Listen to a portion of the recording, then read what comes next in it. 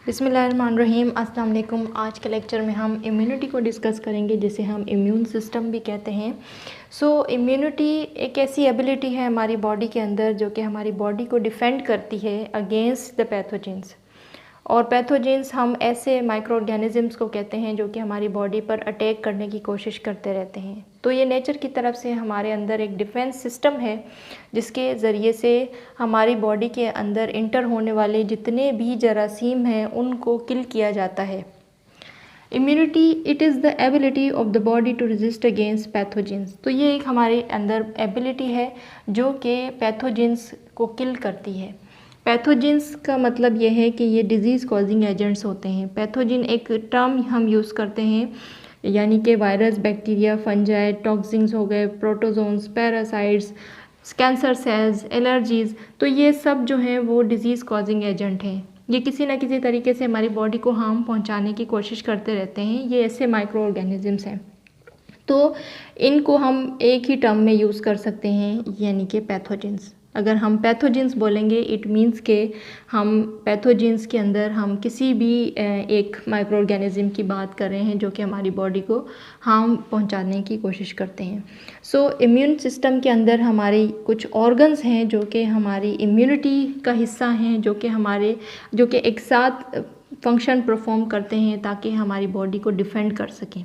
तो हमारे immune system का जो सबसे बड़ा पार्ट है वो WBCs हैं, जिससे हम वाइट ब्लड सेल्स कहते हैं, जिसके अंदर बहुत सारे सेल्स हैं जो कि फेगोसाइटिक प्रोसेस परफॉर्म करते हैं। मैक्रोफेजेस हैं, नेचुरल किलर सेल्स हैं, और इसके अलावा न्यूट्रोफिल्स हैं, बेसोफिल्स हैं। तो इस तरह से बहुत सारे सेल्स हैं WBCs के जो कि हमारी बॉडी के अंदर जगह जगह हमारे ब्लड के अंदर हैं, और हमारी बॉडी के अंदर जगह जगह कोई भी ऐसा पैथोजन इंटर हो जाता है तो ये WBCs ही उसे डिटेक्ट करते हैं और उसे किल करने की कोशिश करते हैं। लिम्फ नोड्स हैं जो कि हमारे लिम्फेटिक सिस्टम का पार्ट हैं, और लिम्फेटिक सिस्टम हमारी बॉडी के अंदर एक ऐसा ड्रेनेज सिस्टम है जिसके अंदर हमारी बॉडी का एक्स्ट्रा सेलुलर फ्लूइड जो है वो लिम्फेटिक सिस्टम में फ़्लो करता है, जिसके अंदर जगह जगह हमारी बॉडी के अंदर लिम्फ नोड्स होते हैं, और ये भी बहुत बड़ा फंक्शन परफॉर्म करते हैं जो कि हम नेक्स्ट लेक्चर्स में डिटेल से पढ़ेंगे। थाइमस है। थाइमस हमारे स्टर्नम बोन, जो हमारी चेस्ट बोन है, उसके बिल्कुल करीब ही दरमियान में थाइमस ग्लैंड्स प्रेजेंट होते हैं जो कि हमारी बॉडी के अंदर इम्यूनिटी का फंक्शन परफॉर्म करते हैं, जिसको डिटेल से हम नेक्स्ट लेक्चर में डिस्कस करेंगे। और बोन मेरो है। बोन के अंदर जो गोदा होता है हमारे बोन्स के अंदर, वो भी हमारी बॉडी को प्रोटेक्ट करते हैं अगेंस्ट माइक्रो ऑर्गेनिज़म्स। तो ये और भी हैं, स्प्लीन है, लिवर है। तो इस तरह से ये कुछ ऑर्गन्स हैं जो कि हमारी बॉडी के अंदर इम्यून सिस्टम का पार्ट हैं, इम्यूनिटी प्रोवाइड करते हैं हमारी बॉडी को। हमारी बॉडी को इम्यूनिटी प्रोवाइड करने के लिए लाइन ऑफ डिफेंस बनाए गए हैं। 3 लाइन ऑफ डिफेंस हैं हमारी बॉडी के अंदर। फर्स्ट लाइन ऑफ डिफेंस जो है वो हमारी स्किन है, जो कि एक्सटर्नल बैरियर है, जो कि हमारी एक्सटर्नल एनवायरनमेंट के साथ बहुत ही कांटेक्ट में है, क्लोज़ कांटेक्ट में होती है। और ये हमारी स्किन ही है जो कि हमें first line of defence provide करती है। जैसे ही बैक्टीरिया या वायरस वगैरह हमारी बॉडी के अंदर इंटर होने की कोशिश करते हैं तो हमारे स्किन के अंदर कुछ ऐसे केमिकल्स प्रोड्यूस होते हैं जो कि उसको किल करने की कोशिश करते हैं, जो कि हम डिटेल से आज के लेक्चर में डिस्कस करेंगे फ़र्स्ट लाइन ऑफ डिफेंस को। सेकेंड लाइन ऑफ डिफेंस जो है, बाय चांस अगर फर्स्ट लाइन ऑफ डिफेंस से कोई भी पैथोजन हमारी बॉडी के अंदर इंटर हो गया है और फर्स्ट लाइन ऑफ डिफेंस उस पैथोजन को किल नहीं कर पाया, तो फिर हमारी बॉडी का इंटरनल पोर्शन जो है जिसके अंदर WBCs, लिम्फ नोड्स वगैरह प्रेजेंट हैं, वो जो है second line of defence provide करेगी हमारी बॉडी को, और फिर जो है उस पैथोजन को किल करने की कोशिश करेंगे हमारे बॉडी के सेकेंड लाइन ऑफ डिफेंस। जबकि थर्ड लाइन ऑफ डिफेंस जो है वो, अगर सेकेंड लाइन ऑफ डिफेंस भी बाय चांस हमारी बॉडी को के अंदर उस पैथोजन को किल नहीं कर सकते हैं, तो फिर थर्ड लाइन ऑफ डिफेंस सामने आएंगे और वो उस पैथोजन को किल करने की कोशिश करेंगे। इम्यूनिटी की 2 टाइप्स हैं, इननेट इम्यूनिटी जिसे हम नेचुरल इम्यूनिटी भी कह सकते हैं, और सेकेंड एडॉप्टिव इम्यूनिटी या फिर एक्वायर्ड इम्यूनिटी। इननेट इम्यूनिटी के अंदर हम फर्स्ट और सेकेंड लाइन ऑफ डिफेंस को डिस्कस करेंगे, क्योंकि इननेट इम्यूनिटी के अंदर फर्स्ट और सेकेंड लाइन ऑफ डिफेंस ही ये इननेट इम्यूनिटी का पार्ट हैं। और ये नॉन स्पेसिफिक होते हैं, यानी कि इनके अंदर कोई भी ऐसे स्पेसिफिक बैक्टीरिया नहीं है या स्पेसिफिक पैथोजिन नहीं हैं। इनके अंदर किसी भी किस्म के पैथोजिन हो सकते हैं और ये किसी भी किस्म के पैथोजिन को किल कर सकते हैं। इनके पास कोई स्पेसिफिक सेल्स प्रेजेंट नहीं होते। सो इस वजह से ये नॉन स्पेसिफिक होते हैं।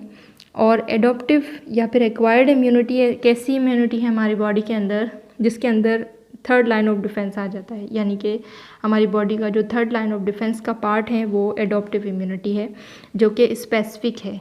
यहाँ पर ये एक्वायर्ड इम्यूनिटी जो है वो कुछ प्रोटीन्स प्रोवाइड करेंगे हमारी बॉडी को, जिसकी वजह से वो एंटीबॉडीज़ बनाते हैं एक्वायर्ड इम्यूनिटी, और वो उस पैथोजिन को किल करने की कोशिश करते हैं एंटीबॉडी एंटीजन कम्प्लेक्स बनाकर, जो कि डिटेल से हम नेक्स्ट लेक्चर में कवर करेंगे।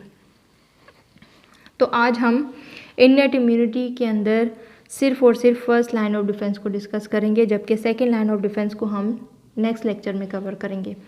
इननेट इम्यूनिटी जो कि एक नॉन स्पेसिफिक है, इसके अंदर किसी भी किस्म का वायरस बैक्टीरिया वगैरह इंटर हो सकता है, क्योंकि हमारा स्किन जो है वो फ़िज़िकल बैरियर में आ जाते हैं। तो फिज़िकल और केमिकल बैरियर्स में फ़र्स्ट लाइन ऑफ डिफेंस का पार्ट हैं ये, और जो कि अगेंस्ट द माइक्रोबियल इन्वेजन काम करते हैं। माइक्रोबियल इन्वेजन का मतलब ये है कि अगर कोई भी छोटे माइक्रो ऑर्गेनिजम्स या पैथोजेंस हमारी बॉडी के अंदर इन्वेड कर गए हैं, यानी कि अंदर आ गए हैं, इन्वेजन उनकी हो गई है, तो उसके ख़िलाफ़ जो है वो ये दो किस्म के बैरियर्स काम करेंगे, उसको रोकने की कोशिश करेंगे। बैरियर्स यानी कि उसके अंदर रुकावट आएंगे, उस पैथोजिन को अंदर नहीं आने देंगे बॉडी के अंदर। सो स्किन है और म्यूकस मेम्ब्रेन्स हमारे फिज़िकल बैरियर्स हैं। स्किन आप लोगों को मालूम है, और स्किन के अंदर जो हमारे एक्सटर्नल ओपनिंग्स हैं, जैसे कि हमारे एयर्स हैं, हमारे नॉस्ट्रल्स हैं, हमारे यूरिनोजेनेटिकल ट्रैक्ट्स हैं, तो इस तरह से हमारा रिस्पायरेटरी ट्रैक्ट है, हमारा माउथ है, तो ये हमारे एक्सटर्नल ओपनिंग्स हैं। इसके अंदर हमेशा आप लोगों को मालूम है कि ये हमेशा म्यूकस सेक्रेट करते रहते हैं। तो हमारी जितनी भी एक्सटर्नल ओपनिंग्स हैं वहाँ से म्यूकस की सेक्रेशन होती रहती है। और म्यूकस एक ऐसा सेमी फ्लूइड टाइप का मटेरियल है जो कि हमेशा उसे हमारी बॉडी को वेट रखता है, और इसी म्यूकस की वजह से ही कोई भी बैक्टीरिया या कोई भी पैथोजिन इंटर नहीं हो सकता हमारी बॉडी के अंदर। अगर हो भी जाता है तो ये म्यूकस उसे किल कर देते हैं। और केमिकल बैरियर्स के अंदर हमारे लाइसोजाइम्स और डाइजेस्टिव जूसेस वगैरह आ जाते हैं। लाइसोजाइम्स हमारे माउथ के अंदर, हमारे सलाइवा के अंदर प्रेजेंट हैं, और टेयर्स के अंदर प्रेजेंट होते हैं जो कि बैक्टीरिया को किल करते हैं। और डाइजेस्टिव एंजाइम के अंदर हमारे स्टमक के अंदर जो है वो डाइजेस्टिव जूसेस प्रेजेंट हैं जो कि बैक्टीरिया को किल करते हैं। सो स्किन, ये डायग्राम है स्किन की। हमारे स्किन के अंदर 3 लेयर्स होते हैं। एक है जो अपर लेयर होती है वो एपिडर्मिस है, दरमियान वाली डर्मिस है, और जो बिल्कुल ही लास्ट वाली होती है इनर लेयर जो होती है, मोस्ट इनर लेयर होती है, वो हाइपोडर्मिस होती है। तो जो हमारा मिडल पोर्शन है, हमारी स्किन का मिडल लेयर है, उसके अंदर हमारे 2 ग्लैंड्स प्रेजेंट होते हैं। एक है सेबेशियस ग्लैंड और एक है स्वेट ग्लैंड्स। सेबेशियस ग्लैंड जो है वो सीबम प्रोड्यूस करते हैं। सीबम यानी कि ऑयल प्रोड्यूस करते हैं। हमारी स्किन जो है वो ऑयली होती है just because of sebum production. और स्वेट ग्लैंड्स होते हैं जो कि हमारी बॉडी के अंदर स्वेट की प्रोडक्शन करते हैं। तो जो पसीना हमें आता है गर्मियों में, सो इस वजह से हमारे स्वेट ग्लैंड्स की वजह से स्वेट प्रोड्यूस होता है, जो कि हमारे स्किन के ऊपर छोटे छोटे माइक्रोस्कोपिक पोर्स होते हैं जो कि हमें नज़र नहीं आते। तो उन पोर्स से जो है वो हमारा पसीना निकलता है, स्वेट निकलता है।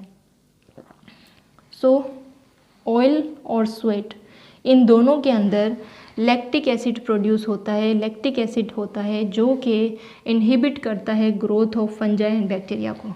तो फंजाई और बैक्टीरिया की ग्रोथ को इनहिबिट करने के लिए सीबम और स्वेट के अंदर लैक्टिक एसिड प्रेजेंट होता है, जो कि हमारी बॉडी के अंदर इन पैथोजेंस को इंटर होने नहीं देता, और अगर ये सामने आ भी जाएं तो इनको फ़ौरन से इसी लैक्टिक एसिड की प्रोडक्शन की वजह से इसको किल कर दिया जाता है।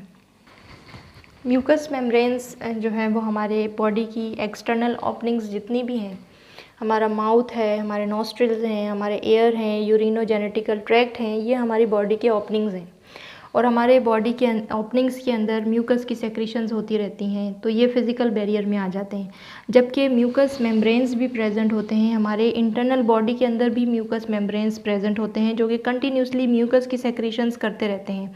हमारी बॉडी के एक्सटर्नल वाली ओपनिंग्स के अंदर भी म्यूकस की सेक्रेशन होती रहती है और हमारी बॉडी के इंटरनल ऑर्गन्स में भी म्यूकस की सेक्रेशन होती रहती है और कंटिन्यूसली हमारी बॉडी के अंदर भी म्यूकस सेक्रेट होते रहते हैं। तो एपिथेलियम ऑफ डाइजेस्टिव ट्रैक्ट, जो हमारा डाइजेस्टिव ट्रैक्ट है जिसे हम जीआईटी ट्रैक्ट कहते हैं, माउथ से लेकर जो एनस तक होता है, उसकी जो एक्सटर्नल कवरिंग्स होती हैं हम उसे एपिथेलियम कहते हैं। तो हमारे जीआईटी ट्रैक्ट, गैस्ट्रोइंटेस्टाइनल ट्रैक्ट जिसे हम कहते हैं, वो कवर्ड होता है म्यूकस की मेम्ब्रेन से। और जैसे ही बाय चांस अगर कोई भी पैथोजन हमारे माउथ से एंटर हो गया है और वो हमारे स्लाइवा से वो बैक्टीरिया किल नहीं हो सका, तो वो बैक्टीरिया जो है वो हमारे जीआईटी ट्रैक्ट से होते हुए स्टमक में एंटर होगा। और स्टमक के अंदर आप लोगों को मालूम है कि स्टमक की वॉल से ऑक्जेंटिक सेल्स प्रोड्यूस होते हैं। ऑक्जेंटिक सेल्स के अंदर से HCl प्रोड्यूस होता है। तो ऑक्जेंटिक सेल्स जो हैं वो हाइड्रोक्लोरिक एसिड प्रोड्यूस करते हैं हमारे स्टमक के अंदर, और वो हाइड्रोक्लोरिक एसिड जो है उसकी pH बहुत ज़्यादा हाई होती है और जो कि बैक्टीरिया को किल कर देती है। तो एक तरीका ये है बैक्टीरिया को किल करने का एपिथेलियम ऑफ डाइजेस्टिव ट्रैक्ट के ज़रिए। और सेकंड जो है वो एपिथेलियम ऑफ रेस्पिरेटरी ट्रैक्ट के अंदर अगर बैक्टीरिया एंटर हो जाते हैं तो किस तरह से बैक्टीरिया को निकाला जाता है, तो इस डायग्राम से हम समझेंगे।